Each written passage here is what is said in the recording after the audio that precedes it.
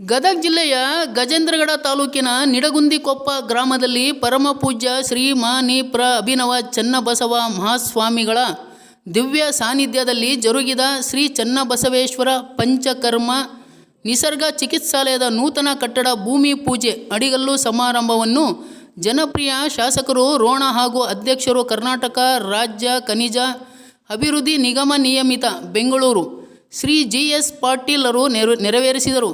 ಕಾರ್ಯಕ್ರಮದಲ್ಲಿ ಗ್ರಾಮ ಪಂಚಾಯಿತಿ ಅಧ್ಯಕ್ಷರು, ಉಪಾಧ್ಯಕ್ಷರು ಹಾಗೂ ಸದಸ್ಯರು ಉಪಸ್ಥಿತರಿದ್ದರು.